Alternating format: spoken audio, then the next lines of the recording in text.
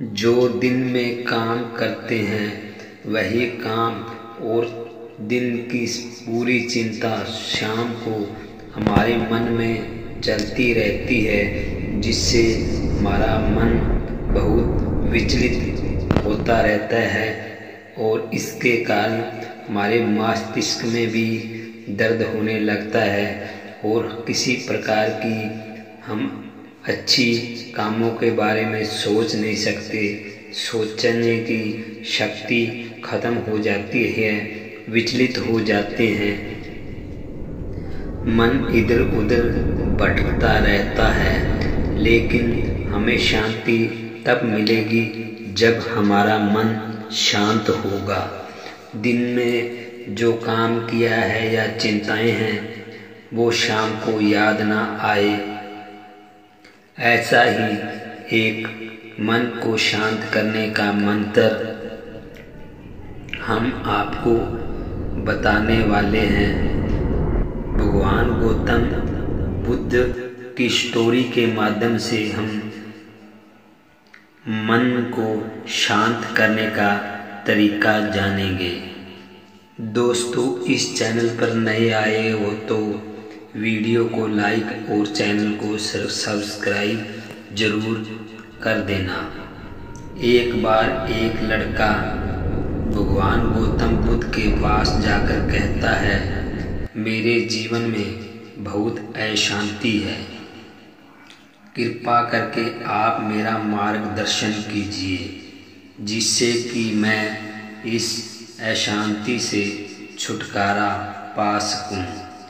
गौतम बुद्ध लड़के से जीवन की अशांति का कारण पूछने लगते हैं तो लड़का उत्तर देता है, अत्यधिक विचारों के कारण मेरे भीतर बहुत सारे विचार आते हैं जिससे मेरा मन अशांत बहुत रहता है।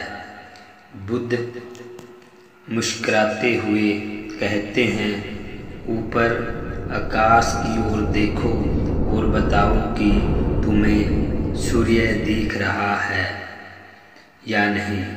लड़का ऊपर देखता है और कहता है, धूप दिख रही है मुझे। गौतम बुद्ध उससे पूछते हैं कि अगर तुम लगातार धूप में खड़े रहोगे तब क्या होगा। और लड़का कहता है, मुझे बहुत ही ज़्यादा गर्मी लगेगी और शरीर में पसीना आएगा, बेचैनी बढ़ जाएगी। गौतम बुद्ध लड़के से कहते हैं, अगर धूप में खड़े रहने से तुम्हें गर्मी लगती है तो इसमें दोष किसका है, सूर्य के तपत का या तुम्हारा। लड़का कुछ सोचने लगता है, फिर बाद में बोलता है, इसका जवाब आप ही बता दीजिए गुरुजी।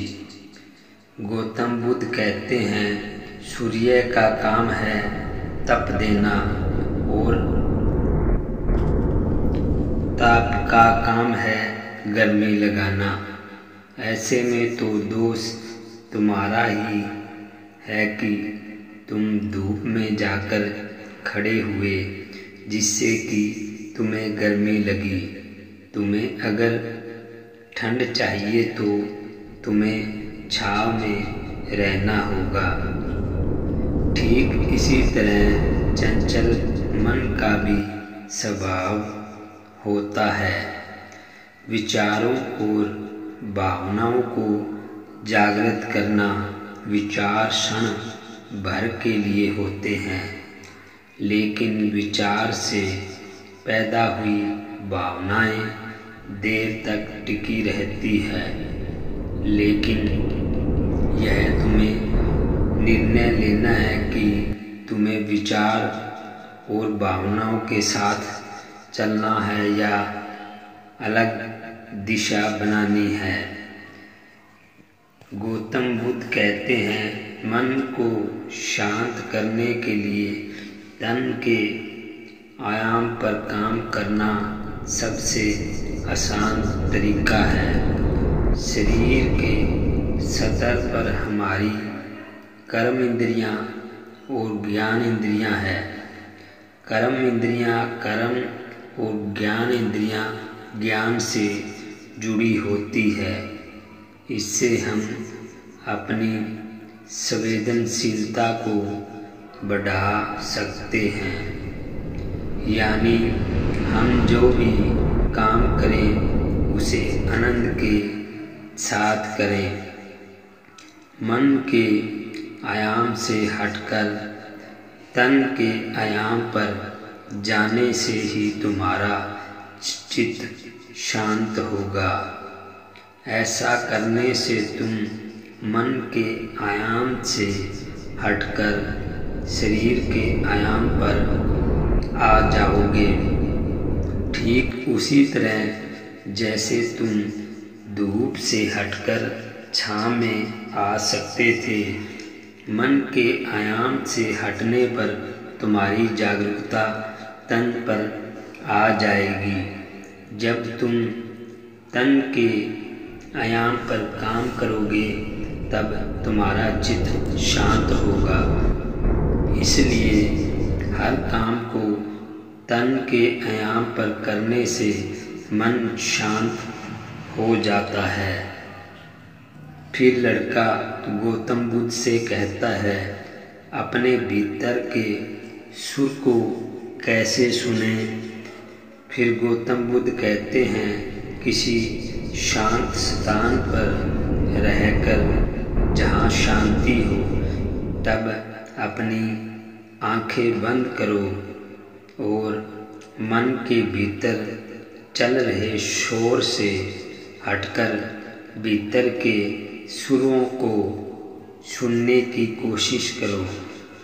सुर निरंतर चलता रहता है, लेकिन बाहर के शोर के कारण तुम अपने मन के भीतर चल रहे सुर को नहीं सुन पाते हो।